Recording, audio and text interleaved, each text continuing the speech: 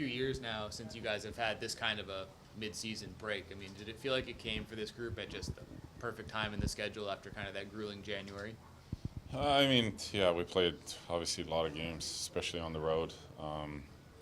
So it's nice to be home a little bit and not, I guess, not have to travel and all that stuff. And yeah, I mean, sometimes breaks come at a right time, but I think for this group was pretty good just to, as I said, to get away and recharge, take the mind off the hockey for a little bit, and we get a couple more days to get ready for Saturday. These first couple of days back on the ice, the energy has seemed really high. Does it kind of feel like a group that took advantage of that time away in these first couple of days back? Yeah, I mean, it's different guys doing different things, so whatever really gets you in the right state of mind for the next 30 games, to finish the season and then obviously beyond. So yeah, the energy's been good. I think the practices have been pretty sharp. So we'll continue work on that and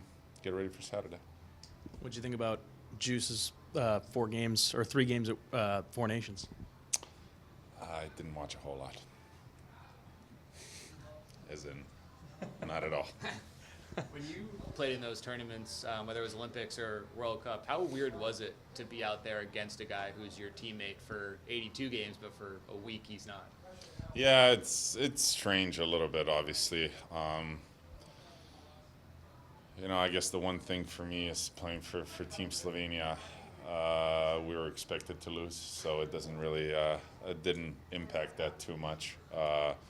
But no, I mean, during the Sochi Olympics, I played against Quickie and Brownie, which was kind of weird.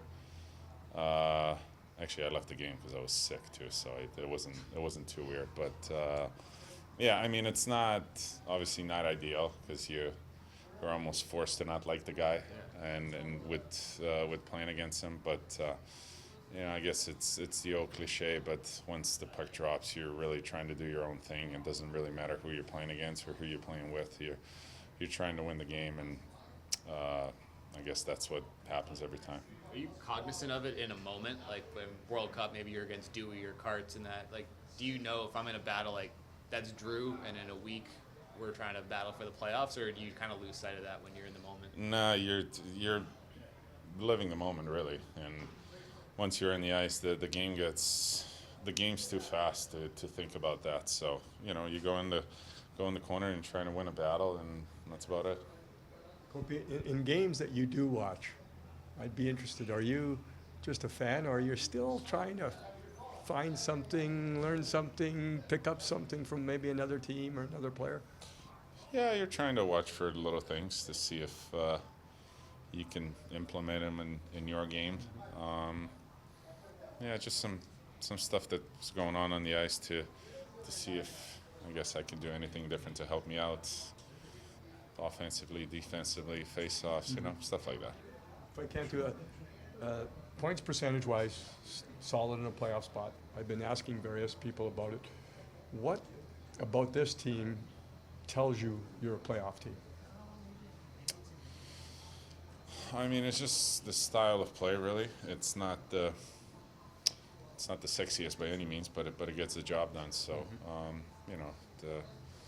you watch the playoffs, or I'm sure this Four Nations tournament's not anything different. There's not a whole lot of pretty and sexy plays, Yeah, and a lot more defensive, and all that stuff. And the games are not high scoring, really. So.